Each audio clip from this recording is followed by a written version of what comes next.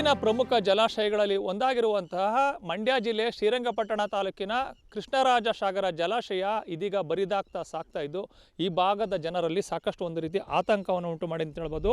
ಈ ಒಂದು ಜಲಾಶಯ ಒಂದು ನೆಲಮಟ್ಟದಿಂದ 124.80 ಗರಿಷ್ಠ ಅಡಿ ಸಾಮರ್ಥ್ಯದಿಂದ ಕೂಡಿದ್ದು ಪ್ರಮುಖವಾಗಿ ಮೈಸೂರು, ಮಂಡ್ಯ, ಚಾಮರಾಜನಗರ, ಬೆಂಗಳೂರು ಜಿಲ್ಲೆಗಳಿಗೆ ಕುಡಿಯುವ ನೀರನ್ನು ಪೂರೈಸಿದೆ. ಅದ್ರ ಜೊತೆಗೆ ಮೈಸೂರು ಮತ್ತು ಮಂಡ್ಯ ಜಿಲ್ಲೆಯ ಹಲವಾರು ಗ್ರಾಮಗಳು ಅಂದರೆ ಗ್ರಾಮೀಣ ಭಾಗದ ರೈತರ ಒಂದು ಜೀವನಾಡಿಯಾಗಿಯೂ ಕೂಡ ಈ ಒಂದು ಜಲಾಶಯ ನೀರನ್ನು ಪೂರೈಕೆ ಮಾಡ್ತಾ ಬಂದಿದೆ. ಆದರೆ ಈ ಬಾರಿ ಮುಂಗಾರು ಮಳೆ ದಿಂದಲೂ ಕೂಡ ಒಂದು ಕೈ ಕೊಡುವಂಥ ಸೂಚನೆ ಕಂಡು ಬರ್ತಾ ಇದೆ. ಮುಂಗಾರು ಪೂರ್ವ ಮಳೆಯೂ ಕೂಡ ನಿರೀಕ್ಷಿತ ಪ್ರಮಾಣದಲ್ಲಿ ಸುರಿಯದ ಪರಿಣಾಮ, ಆಮೇಲೆ ಈ ಬಾರಿ ಬಿಸಿಲಿನ ಪ್ರಮಾಣವೂ ಕೂಡ ತೀವ್ರವಾಗಿದ್ದ ಒಂದು ಕಾರಣದಿಂದಾಗಿ ನೀರಿನ ಪ್ರಮಾಣ ಈಗ KRS ಜಲಾಶಯದಲ್ಲಿ ಕುಸಿಯುತ್ತಾ ಸಾಗಿದ್ದು ಇಂದಿನ ನೀರಿನ ಮಟ್ಟ 85 ಅಡಿಗೆ ಕುಸಿತಿದೆ. ಇದು ಜಲಾಶಯಕ್ಕೆ ಕೇವಲ 130 ಕ್ಯೂಸೆಕ್ಸ್ ನೀರು ಮಾತ್ರ ಹರಿದು ಬರ್ತಾ ಇದ್ದು ಜಲಾಶಯದಿಂದ 3683 ಕ್ಯೂಸೆಕ್ಸ್ ನೀರನ್ನು ಕುಡಿಯುವ ನೀರು ಮತ್ತು ಬೆಳೆಗಳ ಒಂದು ರಕ್ಷಣೆಯ ದೃಷ್ಟಿಯಿಂದ ಒಂದು ನಾಲೆಗಳಿಗೆ ಒಂದು ಹರಿಸಲಾಗ್ತಾ ಇದೆ.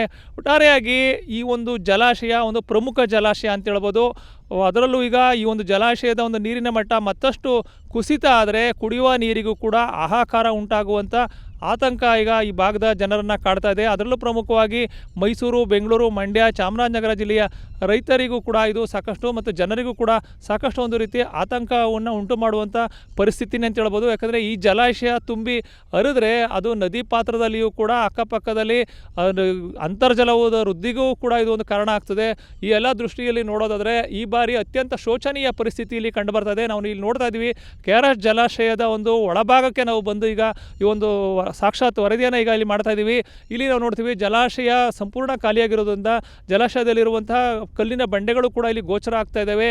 ಆಮೇಲೆ ಜಲಾಶಯದ ಸನಿಯಕ್ಕೆ ನಾವು ಫೋಕಸ್ ಮಾಡಿ ನೋಡೋದಾದರೆ ಅಲ್ಲಿ ಜಲಾಶಯ ಬರಿದಾಗಿರೋದು ಎತ್ತು ಕಾಣ್ತಾ ಇದೆ. 85 ಅಡಿಗೆ ಕುಸಿದಿರೋದು ಸಾಕಷ್ಟು ಒಂದು ರೀತಿ ಶೋಚನೀಯ ಪರಿಸ್ಥಿತಿ ಅಂತ ಹೇಳ್ಬೋದು. ಕಳೆದ ವರ್ಷಕ್ಕೆ ಹೋಲಿಸಿದ್ರೆ ಈ ಬಾರಿ ಜಲಾಶಯದ ಮಟ್ಟ ತೀವ್ರ ಕುಸಿತ ಕಂಡು ಬಂದಿದೆ.